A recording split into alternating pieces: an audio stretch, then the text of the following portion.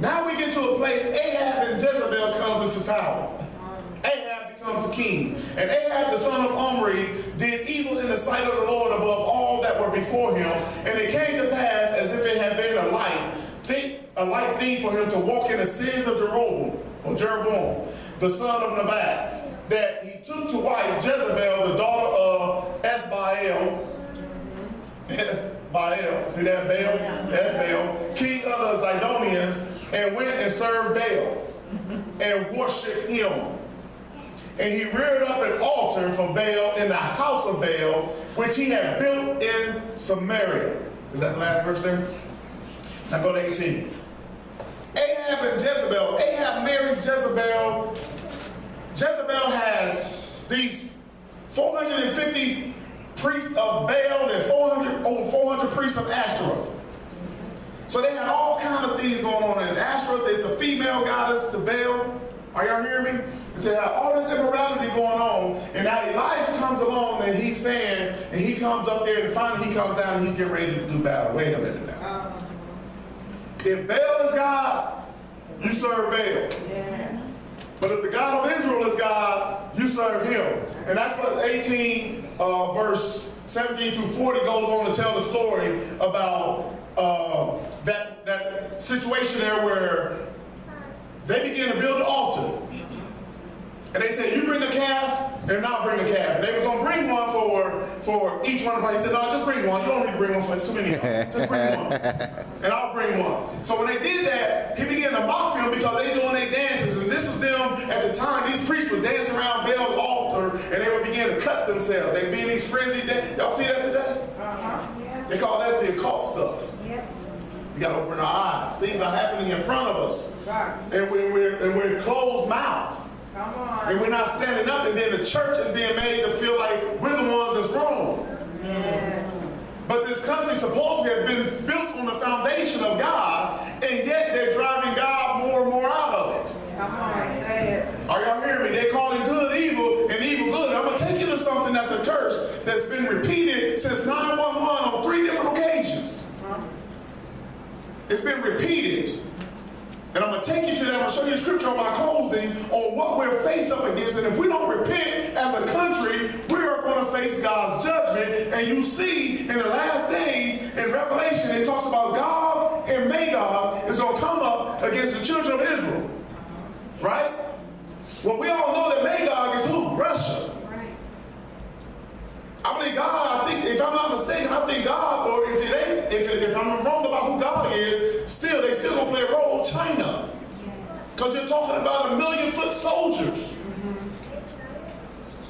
We're up here thinking they got us believing that there's gonna be a war with nuclear wars that's gonna wipe out this world. I'm here to tell you, I don't believe that a nuclear war is gonna take place that's gonna wipe out the world. Not right now. Why? Because the scriptures got to be fulfilled. I'm not saying that it won't eventually be that way, but the point of it is this says that the world is going to turn their weapons over to the Antichrist. Anyhow, Elijah is facing these people, and he's going in, he's making fun of them, he's mocking them, and all that stuff, and he's going around laughing at them and all. And then when he goes around there, he says, okay, get my altar together, and he goes on and tells them, hey, put some more water on there, put water around it, because fire don't burn in water. Y'all know the story. Are y'all with me? And then fire comes down. So right after that, people begin to see that God of Israel is God. Right. Ahab sees this, and Ahab goes back and tells Jezebel. Yeah. But Ahab goes back and tells Jezebel. Jezebel is furious, and she sends a message to Elijah. And she says to Elijah, I'm going to kill you. Yeah. Now listen to this. I'm going to kill you.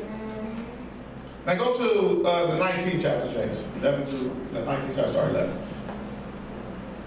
Elijah goes on the run. I don't know about you, but how do you get to a place where you see God and you know it's God? Right. Fire comes down from heaven because of your prayer to God. You see God move in your life. And in one instance that God moves in your life, the next instance we're running for our life because we're afraid of the enemy. It doesn't make sense, right?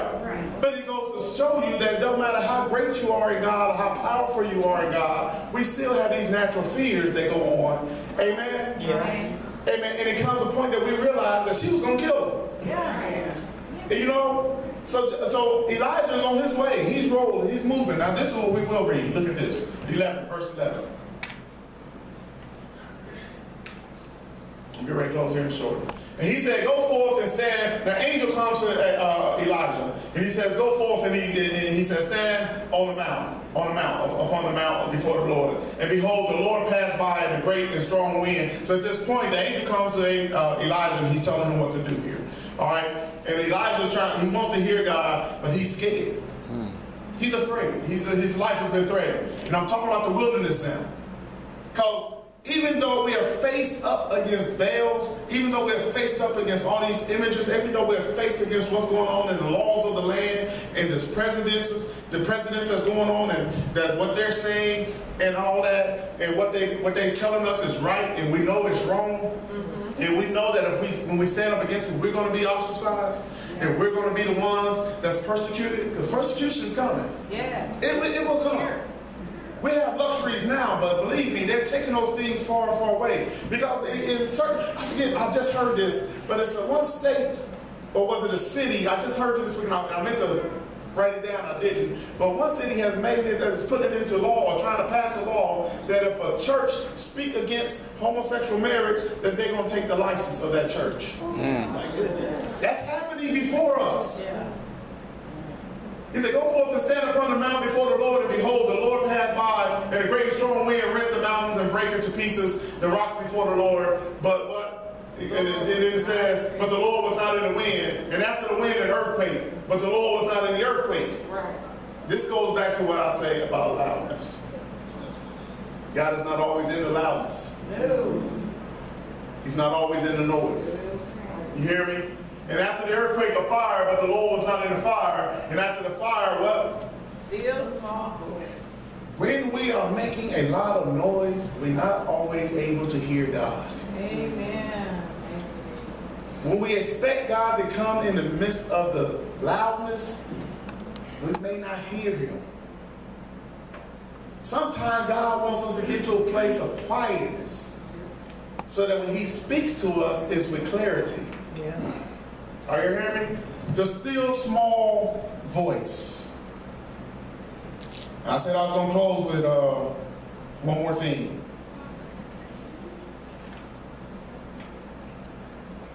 Look at verse 18 real quick, James.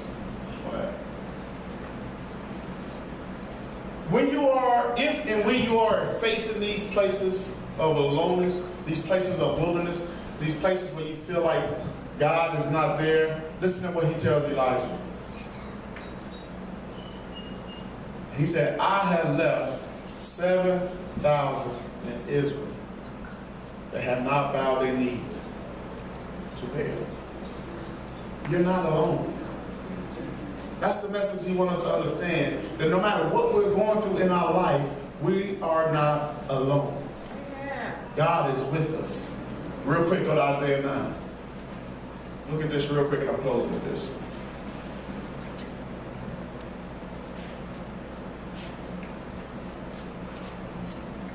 We know line 9 is a familiar passage. Sometimes we think we're doing something good, and it's not necessarily, and it's not good. And this is something our country has did on 3 different occasions. We know verse 6 tells us that unto us a child is born, a son is given. See that? That's verse 6. We all remember that verse, right? Government shall be upon his shoulder, and his name shall be called Wonderful Counselor, the Mighty God, the Everlasting Father, the Prince of Peace. And he talks about the increase of his government and peace shall there be no end upon the throne of David and upon the kingdom, to order it and establish it with judgment and with justice from henceforth even forever. The zeal of the Lord of hosts will perform this. But look at this right here. Now, look at this. The Lord sent a word unto Jacob, and it hath lighted upon Israel. And all the people shall know, even Ephraim and the inhabitant of Samaria, that say, in the pride and stoutness of heart, in their pride, this is what they're going to say. The bricks have fallen down, but we will build it with hewn stones. The sycamore tree, fig tree, are cut down, but we will change them into cedars. Now I done showed you that in that day, that they had a Baal worship, Asherah worship. They had all them things going on.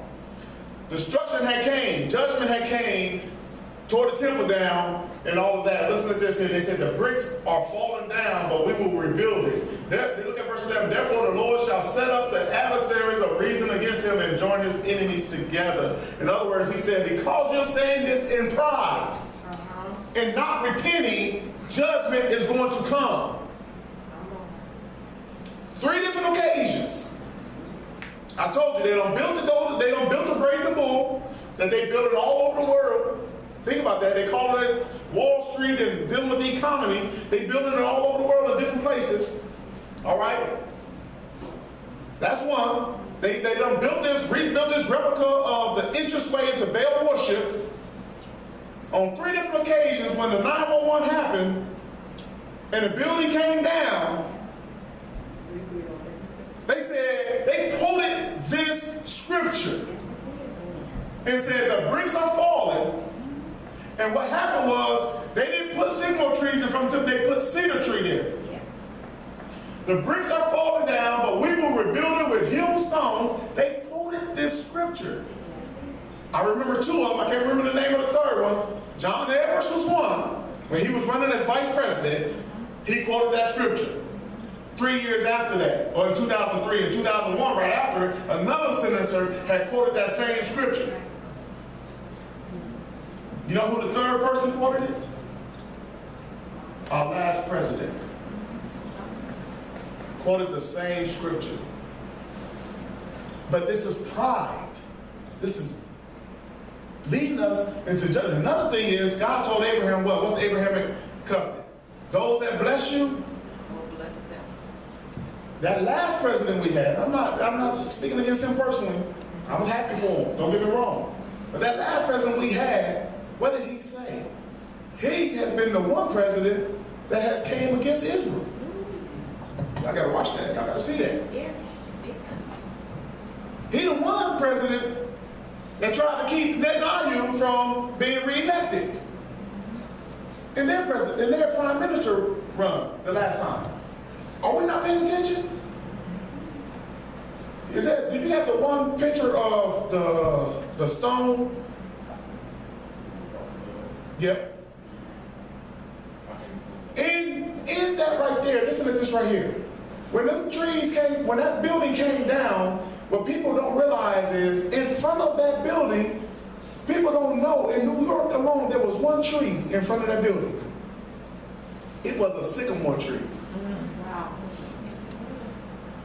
And if you go back into the pictures in the archive, you're going to see them lowering a tree down into that same spot that's there today. It's a cedar tree.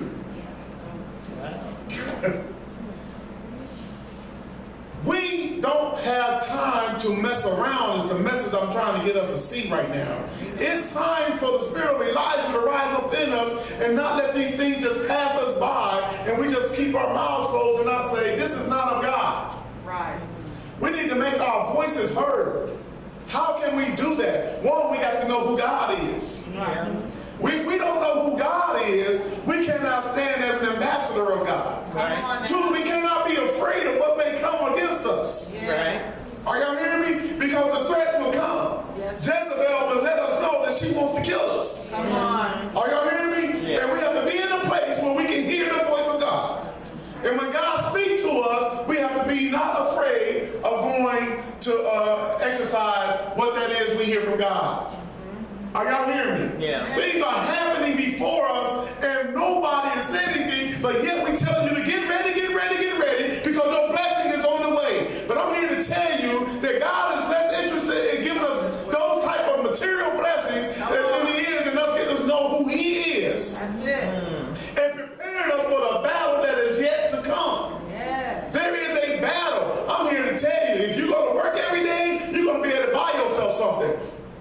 whether you're saved or not. You hear me? But when we want to be in God's will, Come on.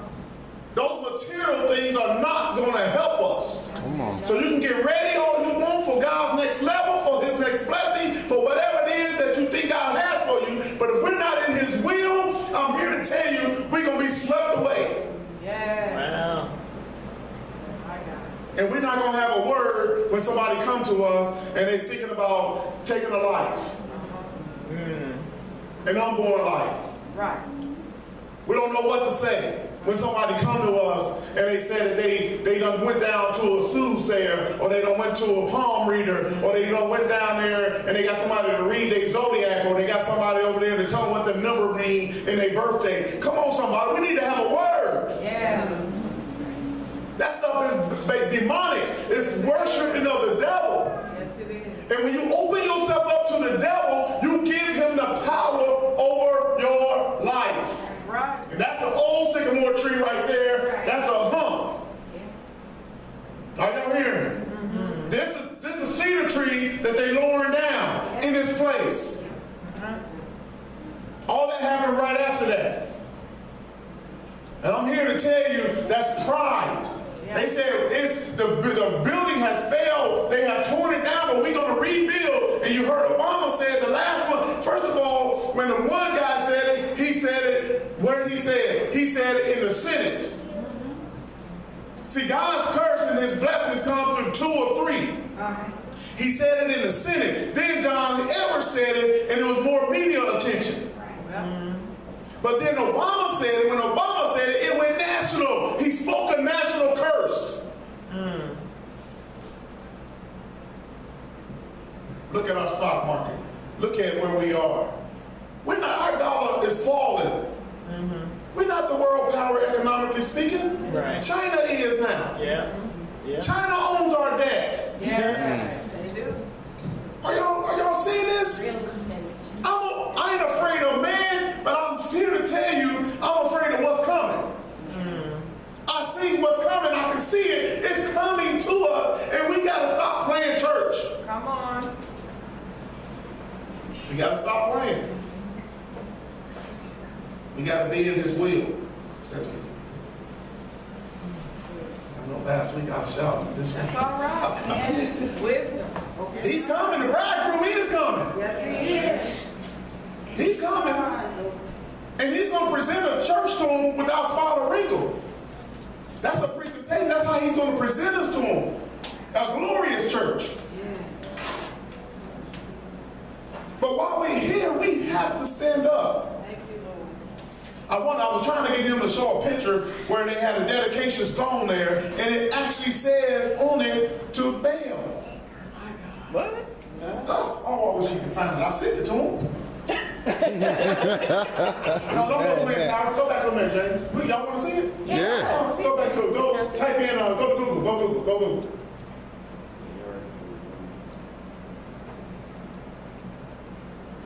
No, go Google right here to Google where you got Twin Tower Stone dedication. Let me show you. Yeah. All right, scroll down. Now you got to go Baal. Go Baal. Go Baal. All right, scroll down. I sent you one. No. The one I'm looking for. The one I sent you. No. It's easy if you go to where you type in Baal Entrance. Baal Entrance, New York City. B-A-L-L.